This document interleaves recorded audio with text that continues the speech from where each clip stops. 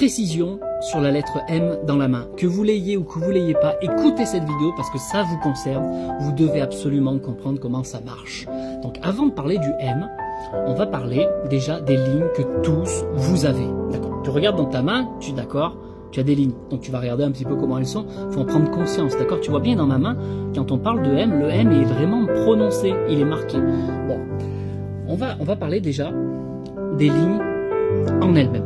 Vous avez tous des lignes. Ça, c'est une évidence. Il n'y a pas une personne qui n'a pas du tout de lignes.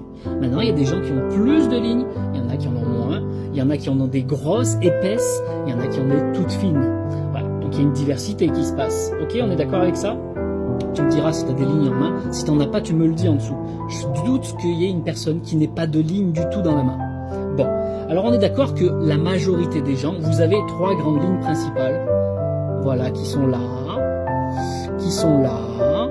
et qui sont là. Ok, elles sont plus ou moins courtes, plus ou moins épaisses, mais vous voyez bien qu'elles sont bien marquées. En tout cas, chez moi, c'est très bien marqué.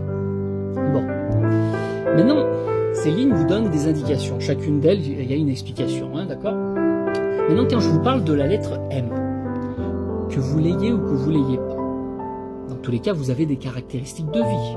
Ok, ça ne veut pas dire que vous êtes moins bien que quelqu'un d'autre, c'est pas ça du tout. Maintenant, la ligne de main, c'est juste comme un livre en fait, c'est un livre tout simplement de votre vie, de ce que vous êtes, de comment vous fonctionnez. Et potentiellement, vers quoi ça vous tend, puisque selon comment tu fonctionnes aujourd'hui, ça amène des conséquences dans la vie. C'est automatique, c'est même mécanique ça. Donc effectivement, il y a une main qui parle du présent, passé, présent, et une autre main qui te montre un peu plus l'avenir, selon si t'es droitier et gaucher. Je ne vais pas rentrer dans ces détails-là. Moi, ce que je veux te dire, c'est que quand je vous parle du M, parce que vous avez été nombreux à me demander, déjà, il y a beaucoup de gens, parce qu'ils ont ces traits-là, ça y est, pour eux, c'est une forme de M, ça y est, j'ai le M. Non.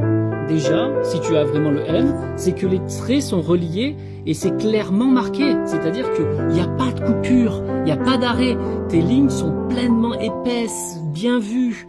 Alors même si elles sont pas épaisses et qu'elles sont continues, alors c'est parfait. Mais il n'y a pas d'arrêt. Ici, il n'y a pas de trou. Ici, il y a pas de. Il faut qu'il y ait un trait entre les deux. Tu vois, ça veut dire que tes lignes sont très bien marquées et qu'il n'y a pas de trou. Déjà, là d'accord, t'as un M.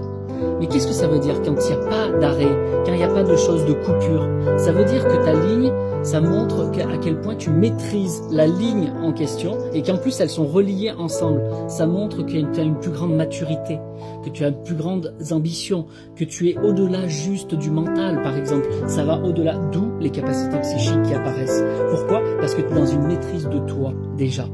Alors peut-être qu'il y a des choses à libérer, oui.